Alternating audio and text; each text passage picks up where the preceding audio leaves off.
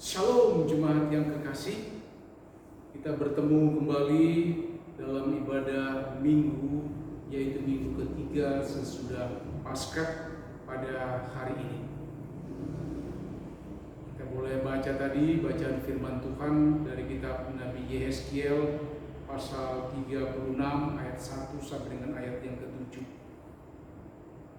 yang tentunya kita harus pahami dan kita ketahui bahwa Nabi Yehezkiel dia bertugas pada saat umat Allah itu mengalami situasi yang sangat parah, yaitu situasi ketika umat Allah sudah tidak lagi memiliki kebanggaan mereka sebagai suatu bangsa. Kenapa? Karena mereka dijajah oleh bangsa asing.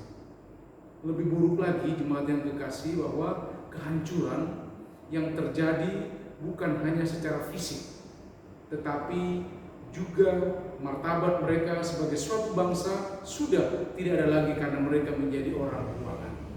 Nah, dalam situasi yang saya mau katakan, situasi itu yang terjadi atas bangsa Israel ini, ada janji pemulihan dari Allah.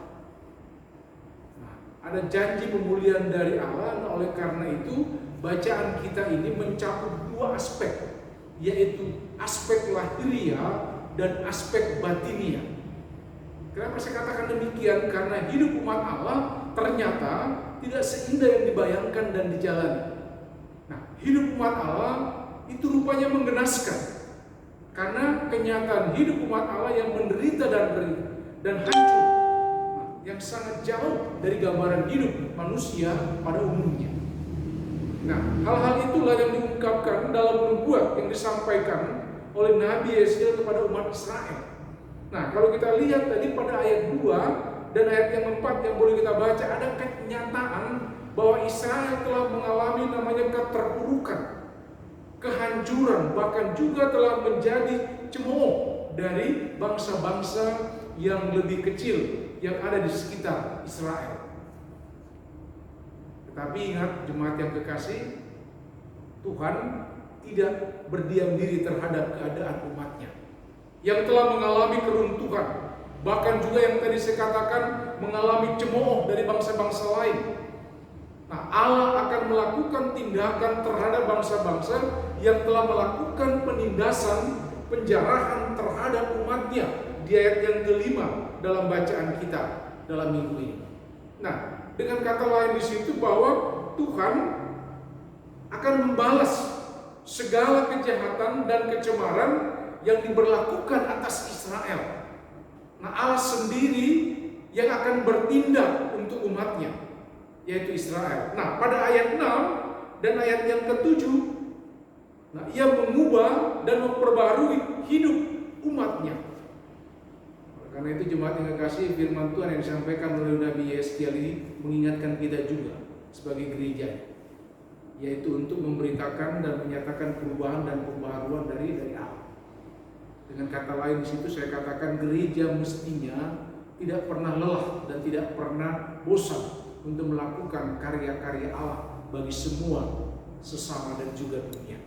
Nah, bahkan bacaan kita yang saya katakan minggu ini, dia memaparkan tentang bagaimana umat Tuhan dan apa yang dilakukan Tuhan kepada mereka. Mereka berada dalam keadaan tercela dan terjajah. Nah, hal ini terjadi karena dosa mereka, yaitu apa? Ketidaktaatan mereka kepada firman-Nya, ketidaktaatan mereka kepada suatu ketetapan yang Tuhan berikan. Bahkan yang terjadi, hati mereka keras, tidak taat dan berlaku jahat. Itu yang terjadi. Nah, Allah memberikan secerca harapan lewat kata. Dengan kata lain di situ, dengan cara yang demikian, nama Tuhan itu rupanya dinajiskan oleh. Tetapi justru dalam keadaan yang demikian, Tuhan kemudian berjanji untuk memberikan hati yang baru, memberikan roh yang baru, yaitu hati yang taat dan bukan hati yang keras. Nah, mengapa harus hati yang baru? Ya karena segala sesuatu bersumber dari hati. Yang saya mau katakan, apa yang dilakukan itu berasal dari hati. Hati bukanlah lever, melainkan manusia batinia atau diri daripada manusia. Nah, karena kedegilan umat Tuhan, sampai-sampai Tuhan harus mengganti hati mereka dengan yang baru dikatakan. Nah, kalau kita lihat tadi dalam konteks bacaan kita ini, nah sebenarnya ini yang menunjukkan betapa tingkah laku umat Tuhan pada waktu itu sudah sangat parah. Ya, satu-satunya cara adalah mengganti hati, bukan sekedar memperbaiki. Nah, ini adalah perubahan radikal. Tujuannya supaya mereka dapat taat kepada Tuhan. Nah, bagaimana dengan kita? Sebenarnya jemaat yang kekasih, peristiwa-peristiwa dan situasi yang terjadi dalam hidup kita ini, kita harus pahami itu adalah satu proses yang sedang dipakai Tuhan untuk membentuk kita semua. Karena setiap respon yang benar terhadap situasi tersebut akan menjadikan kita semakin berkenan di hadapan Tuhan. Tetapi saya mau katakan, bila kita tidak merespon dengan benar, maka mungkin sekali itu akan membiarkan kita mengalami lebih lama lagi sampai kita tahu apa yang dimaksudkan oleh Allah terjadi dalam kehidupan kita. Nah, oleh karena itu yang saya mau katakan, disinilah yang diperlukan kesediaan namanya hati untuk diperbaharui, kesediaan untuk belajar, untuk memahami akan jalan-jalan Tuhan, karena Tuhan menghendaki kita untuk menjadi mempelai Kristus yang siap menyambut kedatangannya. Bahkan kalau kita berarti kita harus merelakan diri untuk dibentuk dan juga diperbaharui oleh Dia. Oleh karena itu, mari melalui firman-Nya di minggu ketiga sesudah Paskah ini memanggil kita semua. Karena bagi setiap orang yang mau datang dan dia bertobat, dia bersedia memperbaharui dan dia menjawab kerinduan hidupnya dalam hidup ini, maka Tuhan akan berkati. Karena Tuhan menghendaki yang saya katakan tadi, untuk menjadi mempelai Kristus yang siap menyambut kedatangannya. Bahkan kalau kita berarti kita harus merelakan diri untuk dibentuk, bahkan diperbarui. Nah, jemaat yang kekasih, dewasanya banyak orang yang percaya menempatkan Tuhan sebagai seorang pekerja. Saya katakan, kenapa demikian? Dia melakukan itu untuk dirinya sendiri. Tuhan hanya jadi pribadi yang harus selalu bisa melaksanakan mau kita, dan bukan sebaliknya. Tuhanlah yang mengajarkan dan juga mengerjakan kehendak-Nya dalam hidup kita ini. Efeknya tentu kita akan bisa tebak bahwa ketika Tuhan Dia tidak melaksanakan mau kita, akhirnya Dia dijauhi dan kesetiaan kita dipertanyakan. Nah, bukankah adalah lebih baik untuk mempertanyakan diri sendiri dan mengoreksi diri kita bahwa kita sebagai umat semuanya hal yang buruk yang kita alami justru karena kesalahan dosa kita. Jangan menjadi seperti bangsa Israel yang saya katakan tadi, mereka pura-pura tidak tahu kesalahan dan justru sebaliknya menyalahkan Tuhan. Nah, karena banyak orang yang berpikir, jemaat yang kekasih, bahwa hukuman tanda Tuhan tidak mengasihi kita. Buktinya, karena Israel berkhianat, maka Tuhan menghukum. Dan pemahaman ini sangatlah keliru, karena Tuhan tidak pernah menghukum umat perjanjian. Murni karena alasan membenci.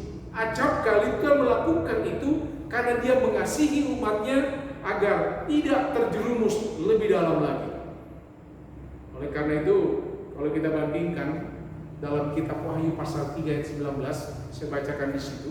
Wahyu 3 ayat 19, barang siapa kukasihi, Dia katakan di situ, ia kutegur dan kuhajar, sebab itu relakanlah hatimu dan bertobatlah. Nah, jadi ukuran dan ajaran itu ditimpakan karena justru Tuhan mengasihi umatnya agar mereka mau bertobat. Karena berbagai masalah akan terjadi dalam kehidupan kita, dalam artian bahwa Tuhan itu tahu apa yang akan kita alami dan terjadi. Sudah menjadi rahasia umum, jemaat yang kekasih mau katakan bahwa seseorang mengukur dirinya, seseorang mengukur orang lain hanya melalui dua hal, yaitu siapa dia atau siapa aku, identitas dan latar belakang. atau bisa apa dia, apa aku, kemampuan atau skill. Nah, hal ini pun terjadi ketika kita berada di wilayah panggilan untuk melayani Tuhan. Nah, persoalan penting bukan identitas diri jemaat yang kekasih, atau skill atau kemampuan, namun yang utama adalah ketaatan kepadanya dan penyertaan Tuhan juga atas diri kita. Nah, oleh karena itu berdasarkan firman Tuhan kita pada minggu ketiga sesudah Paskah ini, maka ada beberapa hal yang penting yang dapat kita renungkan dalam kehidupan kita, keseharian kita pada saat ini. Nah, yang pertama, saya mengingatkan bahwa pemulihan hanya mungkin terjadi atas kehendak dan kemurahan Tuhan. Israel, saya mau katakan, dipulihkan oleh Tuhan, bukan oleh usaha dan kemauan mereka. Tanpa Tuhan dan kasih-Nya yang kekal itu, maka tidak mungkin. Saya katakan Israel mengalami kembali masa keemasan mereka sebagaimana dahulu kala. Nah, di sini kita juga diingatkan bahwa kita ini membutuhkan pertolongan Tuhan. Kenapa demikian? Kondisi rumah tangga kita, suami istri ataupun masa depan anak, semuanya ada dalam tangan Tuhan. Kepada Tuhan saja harusnya kita berharap, sebab Dia pribadi maha kuasa. Dengan kata lain, Dia mampu mengubah kutuk menjadi berkat dan memulihkan akan kehidupan kita. Nah, hal yang kedua, dia katakan penderitaan yang kita alami karena perbuatan orang lain tentunya menghadirkan sakit hati dan keinginan untuk membalas.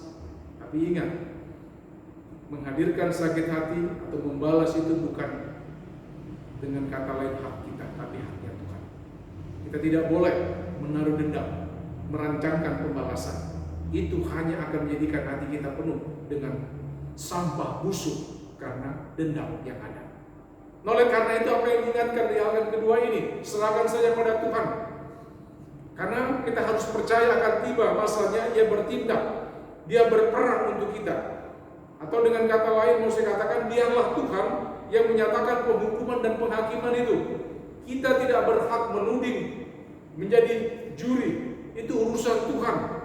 Tetapi kita diingatkan tugas kita adalah melepaskan pengampunan bagi sesama, persoalan dan ganjaran, biarlah itu menjadi hak Allah. Oleh karena itu, kesulitan dan kemalangan hidup tidak pernah selalu berarti keburukan, jemaat yang kekasih. Tetapi ingatlah, Tuhan dengan sengaja mengizinkan hal itu terjadi supaya melalui peristiwa yang kita alami akan banyak orang mengaku Kristus adalah Tuhan Allah yang hidup. Oleh karena itu, mari karya Allah Kristus memberikan kepada kita bukan untuk pemulihan kehidupan secara utuh, tetapi juga memberikan kita masa depan yang lebih baik. Biarlah firman Tuhan di minggu ketiga sesudah Paskah ini menguatkan kita semua dalam kondisi dan keadaan kita, dan ada keinginan kita agar pemulihan negara yang kita cintai ini, bahkan dunia ini, atas adanya virus COVID-19 ini, Tuhan berkehendak atas kehidupan kita semua. Tuhan Yesus memberkati akan firman-Nya. Amin.